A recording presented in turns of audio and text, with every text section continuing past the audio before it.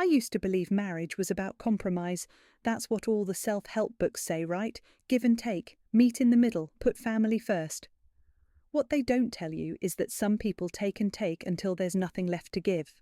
My name is Cameron, and I'm watching my husband Brock pace our kitchen, my kitchen technically, as he delivers the news I've been dreading since his sister's latest relationship imploded last week. Andrea needs to stay with us for a while, he says, running his hands through his hair. Things with Jake got ugly. She's really broken up about it.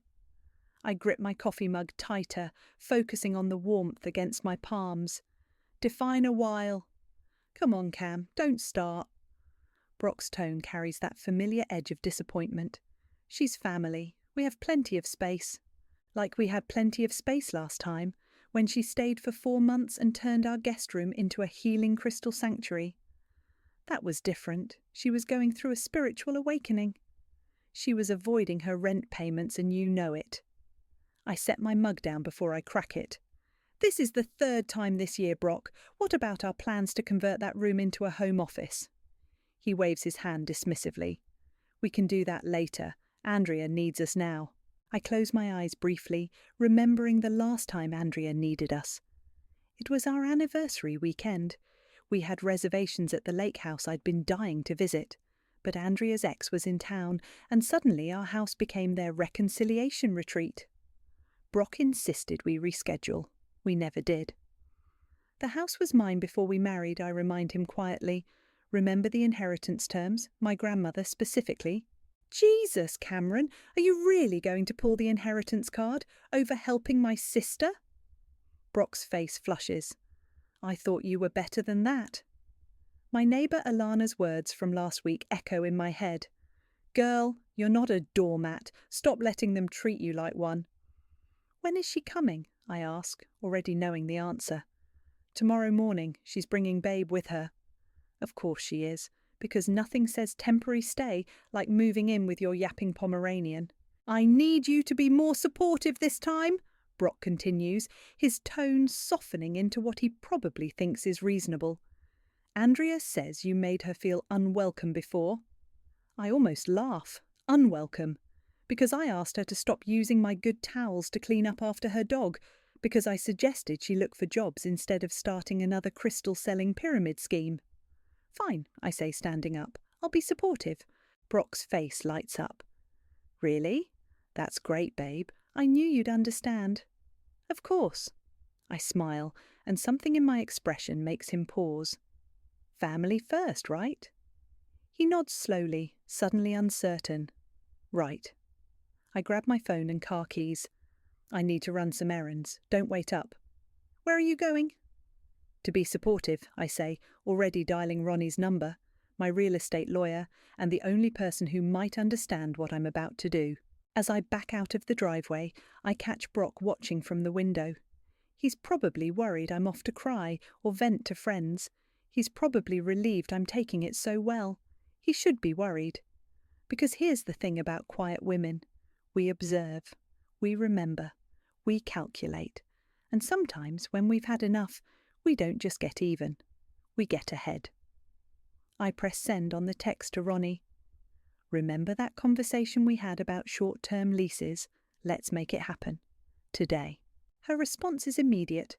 Finally, come to my office, bring coffee. I smile as I drive, thinking about Andrea's face when she arrives tomorrow with her 4 suitcases and her emotional support dog, ready to take over my space again. Oh, I'll be supportive, all right, just not in the way they expect. My grandmother used to say that a woman's strength isn't in how loud she shouts, but in how smartly she plays her cards. She left me this house for a reason, not just as shelter, but as security, as power. It's time to remind everyone exactly whose name is on that deed. My phone buzzes with another text from Brock. Andrea wants to know if she can store some furniture in the garage. I don't reply. Instead, I pull into the parking lot of Ronnie's office building, grab 2 lattes from the coffee shop next door, and straighten my spine. They want me to be more supportive? Fine. I'll support myself for a change. You're absolutely sure about this? Ronnie asks, spreading the lease documents across her desk. Once we file these, there's no going back. I take a sip of my latte, now lukewarm. Show me where to sign. Cameron. Ronnie leans forward, her reading glasses sliding down her nose. I've been your lawyer for 6 years. I've watched you bend over backwards for Brock and his sister. What changed? Nothing changed. That's the problem. I set down my cup. Did you know Andrea tried to convince Brock to cancel our anniversary trip last month because her ex was in town? Again? Oh, it gets better. I laugh, but there's no humour in it. When I objected, she told Brock I was being territorially toxic and needed therapy. Ronnie mutters something under her breath that sounds suspiciously like fucking audacity. The house is legally mine, I continue. Grandmother left it to me specifically, with clear terms. I've checked the deed 100 times. You have full authority, Ronnie confirms, tapping the papers. But are you ready for the fallout? Brock won't take this lying down. Brock can sleep in his car for all I care.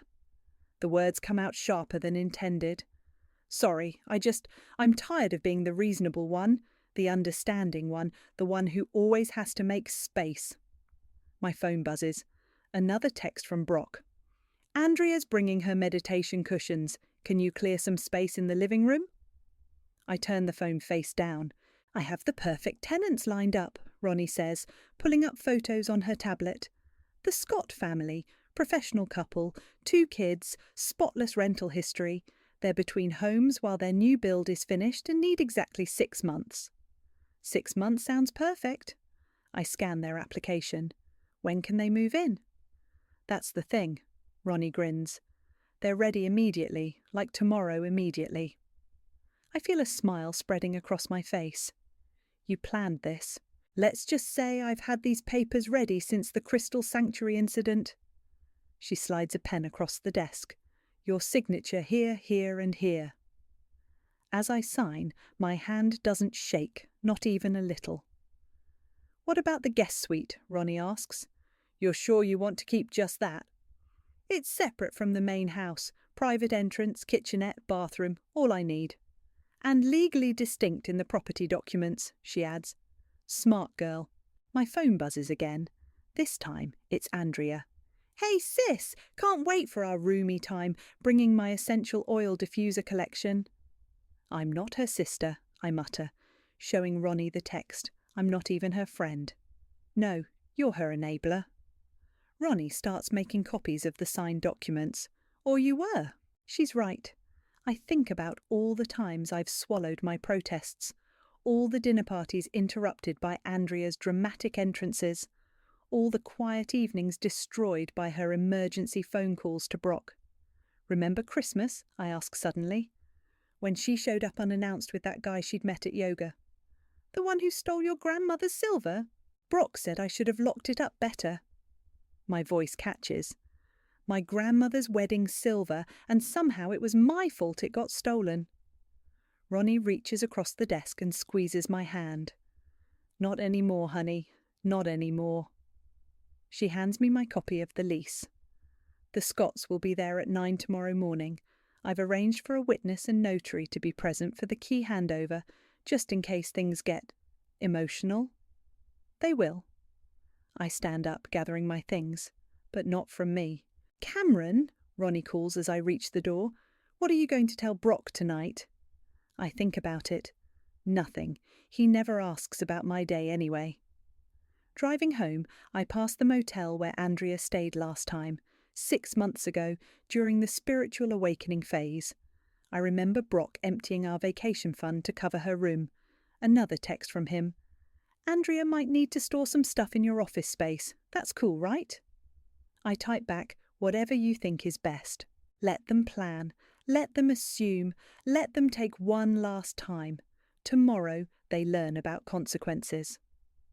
I pull into my driveway, my house, my rules, and check the time. 16 hours until the Scotts arrive. 16 hours until Andrea shows up with her emotional support dog and her healing crystals and her endless drama. 16 hours until they all learn that quiet women aren't powerless women. We're just better at planning our revenge. I'm halfway through moving my essentials to the guest suite when Alana appears at the side gate, coffee in hand and concern on her face. "Spring cleaning at midnight?" she asks, watching me carry another box across the yard. "Or is this what I think it is?" "Depends." I set down the box. "What do you think it is?" "I think it's about damn time." She hands me the coffee. "Need help?" I hesitate, then nod. Together, we start moving my carefully packed boxes. Clothes, books, personal items. Things that matter. Things that are mine. "Brock's still clueless?" Alana asks, organising my shoes in the suite's small closet. "He's at poker night, probably complaining about how unsupportive I am about Andrea moving in." "Again? Jesus, that girl needs a hobby that isn't ruining relationships." I pause while hanging my dresses. She has hobbies: crystal healing, aura cleansing, professional victim. Alana snorts. "Don't forget boyfriend hopping." "And brother manipulating." We work in comfortable silence until Alana finds my wedding album at the bottom of a box. "What about this?" I stare at the leather-bound book. "Leave it in the main house. Let them deal with the memories." "Cameron." Alana sits on the bed. "Are you sure you're okay?" "I'm fine." The words come out automatically, like they always do. "Bullshit. Talk to me." I sink down beside her, suddenly exhausted. "You know what Brock said last week when I mentioned wanting to start my own publishing company?" "What?" "He said I should focus on making the house nice for Andrea instead, that she needs a healing environment right now." "Oh, hell no." "Yeah," I laugh, but it comes out more like a sob. 10 years of marriage and my dreams matter less than his sister's latest crisis. Alana wraps an arm around me. "You're doing the right thing." "Am I? Because it feels—" I wipe my eyes. "It feels like I'm being cruel." "Cruel." Alana stands up, hands on hips. "Cruel is letting his sister take over your home every time she has a meltdown. Cruel is cancelling your anniversary plans because she needed attention. Cruel is making you feel guilty for having boundaries." My phone chimes. A text from Brock. "Heading home. Andrea needs help setting up the guest room tomorrow morning." "Perfect timing," I mutter, showing Alana the text. "Oh, honey," she grins. "They have no idea what's coming, do they?" "Nope." I resume unpacking. The Scotts arrive at 9. Andrea usually shows up around 10, dramatically exhausted from her journey of healing, or whatever she's calling it this time. "Want me here for moral support?" I shake my head. "I need to do this alone, but thank you for everything." "Just promise me one thing." Alana heads for the door. "Record their faces when they realise what's happening. I want to see their expressions when they finally understand who they've been messing with." After she leaves, I finish setting up my new space. It's small but efficient. A bedroom, bathroom, kitchenette, a desk by the window where I can work on my publishing plans. No crystal sanctuaries, no yapping dogs, no drama. I hear Brock's car pull up. Through the window, I watch him stumble slightly. Poker night clearly involved more than cards. He doesn't notice the lights on in the guest suite. He never notices anything that doesn't directly affect him or Andrea. My phone buzzes again. Andrea this time. "Can't wait to see you tomorrow, sis. Bringing some sage to cleanse the negative energies. Your aura's been so dark lately." I type back, "Looking forward to it." And for the first time in years, I actually am. I curl up in my new bed, listening to the quiet. Tomorrow there will be chaos. Tomorrow there will be screaming and accusations and probably tears. Tomorrow, Andrea will learn that negative energies aren't the worst thing she should worry about. But tonight I sleep peacefully, knowing I've finally chosen myself. One last text comes through from Brock. Andrea might need the master bathroom. Her energy work requires sacred space. I don't reply. Instead, I set my alarm for 8:30 a.m. and smile, thinking about the Scotts, a nice family of 4 who just want a quiet place to live for 6 months. No drama, no crystals, no entitled siblings, just peace. In the distance, I hear Brock moving around the main house, probably already rearranging things for Andrea's arrival. Let him. Let them both think tomorrow will go according to their plans. They taught me well, after all. They showed me exactly how to take over someone's space without permission. Now it's my turn to teach them something about consequences. The Scotts arrive precisely at 9, their moving truck pulling into my driveway just as Ronnie's car parks at the curb. Perfect timing. "Everything ready?" Ronnie asks, clipboard in hand, just waiting for the show to start. I hand the Scotts their keys, watching their 2 kids bounce excitedly toward their new temporary home. At 9:45, right on schedule, I hear the telltale sound of Andrea's ancient Volkswagen Beetle, its muffler announcing her arrival to the entire neighbourhood.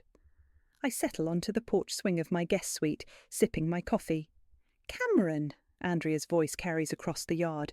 "Come help with my crystals. They're very delicate." I don't move. Instead, I watch as Brock emerges from the house, freezing when he spots the moving truck and the unfamiliar family carrying furniture through his front door. "What the hell?" He storms toward me. "Who are these people?" "The Scotts," I say calmly, "our new tenants." "Tenants?"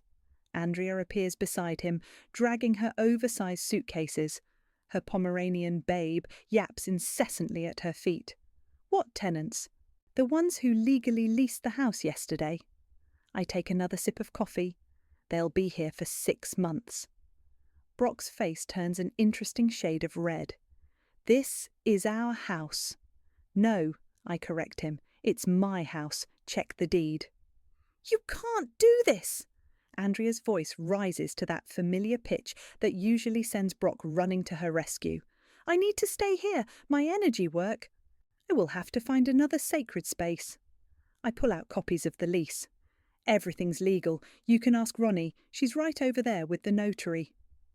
Brock spins toward Ronnie, who waves cheerfully. "You helped her do this?" "I did my job," Ronnie replies, "protecting my client's interests." "Your client?" Andrea shrieks. "She's your sister-in-law." "Actually," I stand up, "I'm your brother's soon-to-be ex-wife, and this property was never in his name." Babe starts barking louder, adding to the chaos as the Scotts continue moving in, politely stepping around the drama unfolding on the lawn. "Where are we supposed to go?" Andrea demands, tears starting. "Right on cue." "That sounds like a you problem." I gesture to her car. "But you should probably move your Beetle. The Scott's second car will need that space." "Cameron." Brock's voice drops to that patronising tone he uses when he thinks he's being reasonable. "You're being ridiculous. This is family." "Family?" I cut him off. "Was it family when you let Andrea cancel our anniversary trip? Was it family when her ex stole my grandmother's silver? Was it family when you emptied our savings for her last motel stay?" "That was different." "You're right, it was different. Because back then I thought I had to accept it." I turn to Andrea. "Your healing crystals are blocking the Scott's moving truck. You might want to move those before they get damaged." Andrea bursts into full tears now, clutching Babe to her chest. "You're so toxic, so negative. Brock, do something." Brock steps toward me, but Ronnie clears her throat. "I wouldn't. The lease includes a restraining provision. Any interference with the tenant's peaceful possession could result in criminal charges." "Criminal charges?" he sputters. "This is insane. Where am I supposed to live?" I shrug. "Maybe Andrea's motel has vacancies." Mrs. Scott appears in the doorway, looking concerned. "Is everything all right out here? We can come back later if—" "Everything's fine," I assure her. "My former house guests were just leaving." "Former?" Andrea's mascara runs down her cheeks. "You can't just throw us out." "Actually, I can, and I did." I head back to my guest suite. "Oh, and Andrea, the sage burning won't be necessary. The negative energy is already leaving." "You'll regret this," Brock calls after me, "when you calm down and realise what you've done." "I'm perfectly calm." I turn back one last time. "That's what scares you, isn't it? That I'm not having a breakdown or making a scene. That I planned this calmly and legally while you were both taking me for granted." Babe's barking reaches a fever pitch as Andrea collapses dramatically onto one of her suitcases. Brock stands there, mouth opening and closing like a fish out of water. "The motel on 5th does weekly rates," I offer helpfully, in case you're wondering. I close my guest suite door on their stunned faces, listening to Andrea's wails mix with the sound of the Scots children laughing as they explore their new home. My phone starts buzzing, probably Brock's family, ready to tell me how heartless I am. I turn it off. They wanted me to be more supportive. Well, I just supported myself right out of their chaos, and it feels absolutely fantastic. The backlash hits exactly as expected. By evening, my phone has exploded with messages from Brock's family, each more dramatic than the last. How could you do this to family? Andrea is devastated. You've changed, Cameron. I'm at my favourite coffee shop, enjoying the quiet when Ty drops into the seat across from me, Brock's co-worker, and the only person at their company who ever treated me like a person instead of an extension of my husband. So, he says, sliding a chocolate croissant toward me, I heard you went full nuclear. News travels fast. Brock's been raging all day, called you every name in the book. Ty leans forward. Want to know something interesting? I raise an eyebrow. Last week I overheard him and Andrea talking in the break room. They were planning to convince you to add Andrea to the house deed. Something about family property and shared ownership. My coffee turns bitter in my mouth. Were they now? Andrea said she could wear you down, that you're too nice to fight back. He pauses. Guess she was wrong about that. Guess so. I pull out my phone, showing him the latest text from Andrea. My spiritual advisor says your actions will bring terrible karma. Ty snorts. Her spiritual advisor is a TikTok psychic who charges $200 per reading. How do you know so much about Andrea? He shifts uncomfortably. We dated, briefly, very briefly, right before I started at the company. Let me guess, she showed up at your place after a devastating breakup? 3 times, he grimaces. The last time she tried to change my utilities into her name, said it was to help with the bills. I sit up straighter. She what? Yeah, caught her on the phone with the cable company. When I confronted her, she said I was being territorially toxic. He pauses. Sound familiar? My phone buzzes again. Brock's Aunt Rose. We're having a family meeting tomorrow at Café Luna, 2 p.m. Be there. They're staging an intervention, I tell Ty. Want to bet Andrea brings her crystals? Want to bet she's already tried to mess with your house utilities? Something clicks in my brain. I pull up my online accounts, checking recent activity. There it is, 3 failed attempts to change the security system settings last month, from Andrea's email address. That sneaky little... Screenshot everything, Ty advises. Trust me, you'll need it. Why are you telling me all this? He shrugs. Because I watched you disappear a little more every time Andrea pulled her stunts. Because Brock brags about how he'll handle you eventually. Because decent people deserve better than being treated like doorstops. My phone chimes with a text from Ronnie. Heads up, Andrea's been calling local real estate lawyers, asking about challenging inheritance terms. She's trying to fight the lease, I tell Ty. Of course she is, but that's not all. He pulls out his phone, showing me a social media post from Andrea. A tearful selfie with the caption, "When toxic people show their true colours. Pray for my brother, trapped in an abusive marriage." Abusive? I almost laugh. That's rich coming from the woman who borrowed my credit card for a spa day. Document everything, Ty says again. Every text, every email, every failed utility change attempt. Build your wall of proof. Another message pops up, this time from Mrs. Scott. Someone keeps ringing our doorbell and running away. Should we be concerned? Andrea's starting her harassment campaign early, Ty notes. Want me to install security cameras? I look at him suspiciously. Why would you help me? Because I've seen this pattern before, with Andrea, with Brock. They use people until they can't anymore, then play victim when called out. He stands up. Also, watching them finally face consequences, priceless. My phone buzzes one more time. Brock.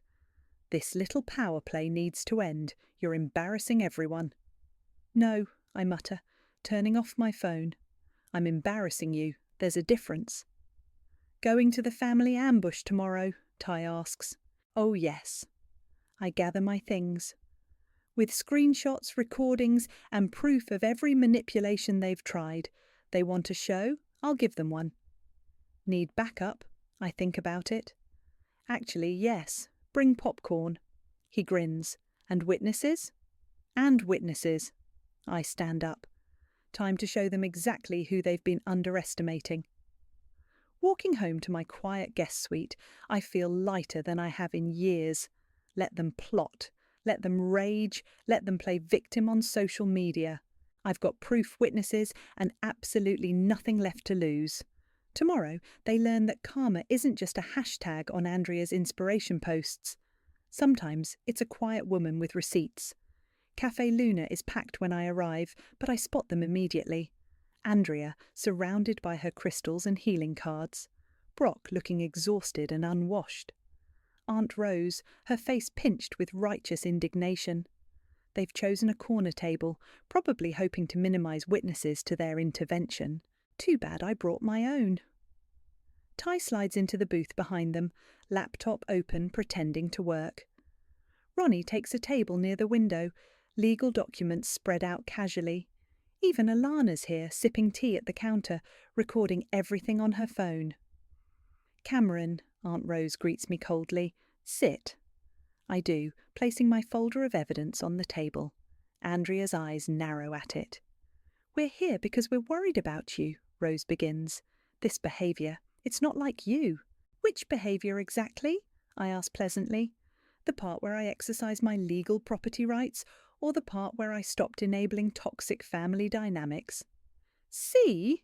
Andrea bursts out, clutching her rose quartz crystal. So negative, so hostile. Speaking of hostile, I pull out my phone. Want to explain these? I play the security footage from last night. Andrea, clearly visible, ringing the Scots doorbell at 3 a.m. and running away. That's not... She sputters.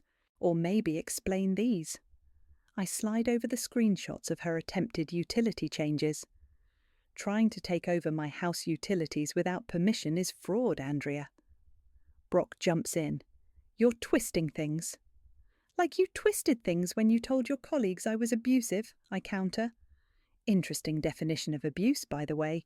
Usually it's the abuser who isolates and controls their victim's property. We're trying to help you, Andrea wails, loud enough to draw attention from nearby tables. Help me, I laugh. Like you helped by cancelling our anniversary plans? Or like you helped by trying to get your name on my house deed? Brock goes pale. How did you know about that plan? I nod toward Ty, who waves cheerfully. You should be more careful where you discuss your schemes. You're spying on us, Andrea shrieks. No need to spy. You post everything on social media anyway. I pull up her recent posts. Toxic sister-in-law steals family home. Really? Want to explain to your followers how it's my inherited property that you tried to secretly claim? Aunt Rose attempts damage control. We just think you're being hasty. Hasty? I open my folder. I have 3 years of documented incidents, financial records of money spent covering Andrea's emergencies, screenshots of her attempting to access my accounts, police reports about stolen property. Would you like to see them all? You're breaking your brother's heart, Andrea sobs, reaching for Brock's hand. He's my husband, not my brother, and he broke his own heart by choosing you over our marriage every single time. That's not... Brock starts. I play another recording, his voice clearly saying, I'll wear her down eventually. The house should belong to all of us. The cafe has gone quiet. People are watching openly now. You recorded me? He demands. No, you recorded yourself. Pocket dial last month. Very enlightening. Andrea stands up, knocking over her crystal display. This is spiritual warfare. This is legal documentation, I correct her, and if you harass my tenants again, it'll become a restraining order. We're family, Aunt Rose insists. Family doesn't try to steal property. Family doesn't gaslight. Family doesn't... A crash interrupts me. Andrea has knocked over her tea, deliberately splashing it toward my folder, but I'm faster, snatching it away. Oops, she says sweetly. Mercury must be in retrograde. Battery and attempted destruction of evidence, Ronnie calls from her table. Want to add that to the record? Andrea spins around, finally noticing our witnesses. Her face contorts. You planned this, she hisses. You set us up. No, I protected myself. There's a difference. I stand up. We're done here. Cameron, wait. Brock grabs my arm. We can work this out. Remove your hand, Ty says quietly, suddenly beside us. Or I'll help you remove it. Brock lets go. I walk toward the door, then turn back.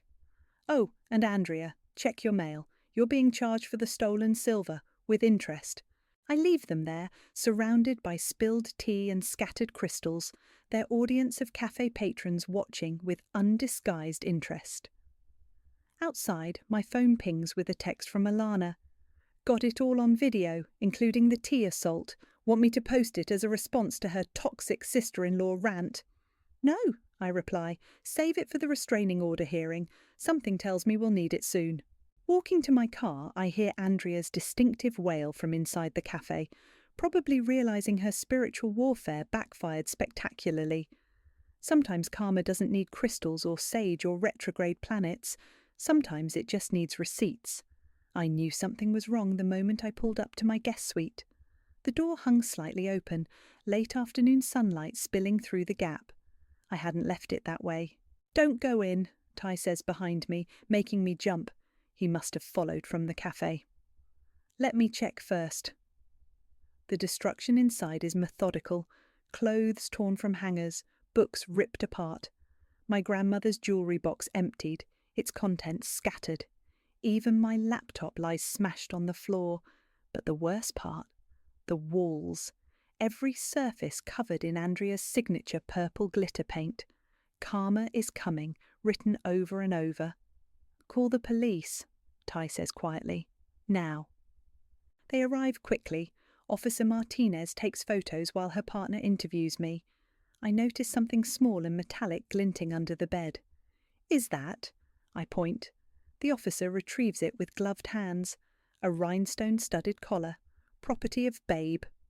Looks like someone's dog left evidence, Martinez says, bagging it. Any idea whose? I show them Andrea's social media, full of pictures with her precious Pomeranian wearing that exact collar. We'll pick her up, Martinez assures me. Breaking and entering, vandalism, property destruction. She's looking at serious charges. She'll claim I planted it, I say. Ty holds up his phone. No, she won't. Security camera caught her entering at 2:43 p.m. Clear shot of her face and the dog. I blink at him. What security camera? The one I installed last night after the doorbell incidents. He shrugs. Told you documentation matters? My phone buzzes. Brock calling. I answer on speaker. What did you do? He demands. Police just took Andrea. No, Brock. What did she do? Because breaking into my home and destroying my property isn't exactly helping her case. She was upset. You humiliated her at the cafe. And that justifies criminal damage? She's your sister. She's your sister, I cut him off, and now she's also a criminal defendant. Congratulations. I hang up as another officer approaches with papers.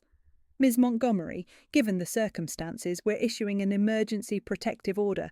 Your husband and his sister can't come within 500 feet of you or the property. More texts flood in. Flying monkeys, as Ronnie calls them. Family members choosing sides. You've destroyed this family, Aunt Rose. Andrea's being processed like a common criminal. Uncle Pete. How could you do this to your own sister? Brock's cousin Sarah. I turn off my phone. You can stay with me, Ty offers, watching the police photograph the graffiti. Until this is cleaned up. Thanks, but no. I survey the damage. I'm not running anymore. Cameron? Mrs. Scott appears at the door, looking horrified. We heard the commotion. Are you all right? I'm fine. I'm sorry about all this. Don't apologise. She straightens her spine. We saw that woman sneaking around. My husband got it on video. We're happy to testify. More evidence, more witnesses, the wall of proof growing higher. My phone rings again. Ronnie this time. I answer. Andrea's being charged with felony breaking and entering, she says without preamble. plus criminal mischief and vandalism. But here's the interesting part. Ty just sent me security footage of Brock dropping her off. My breath catches. What? He drove her here, waited in the car while she did the damage, then drove her away. That makes him an accessory. The officers perk up at this information. There's more, Ronnie continues. Remember how I had you check your grandmother's will again?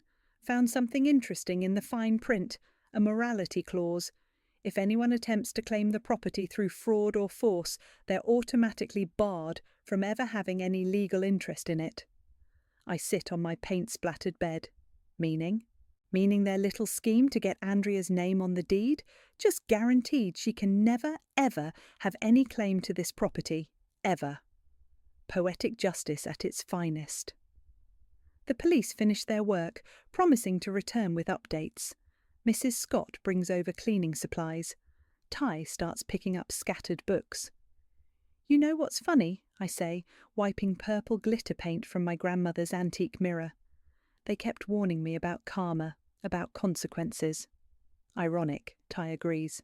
My phone lights up with a text from an unknown number. A video attachment. Andrea being led out of her motel in handcuffs, Babe yapping in an animal control officer's arms. Karma's not just coming, I mutter, watching her cry for the cameras. It's already here. And for once, I'm not the one paying the price. You're really not going to press charges against Brock? Ronnie asks, watching me sort through divorce paperwork in my newly restored guest suite. Don't need to. I initial another page. The police have enough evidence. Let the state deal with him. Speaking of evidence, she slides a newspaper across my desk. Andrea's tearful mugshot stares up at me, alongside the headline, Local woman pleads guilty to breaking and entering, claims spiritual warfare defense. How long did she get? 18 months probation, mandatory counselling, and she has to pay for all damages. Ronnie grins. Plus, she's banned from purchasing healing crystals until her restitution is paid in full. That last part must be killing her. Not as much as the restraining order. She taps the paper. No more showing up unannounced with emotional support dogs and relationship drama. My phone buzzes. A text from Mrs. Scott.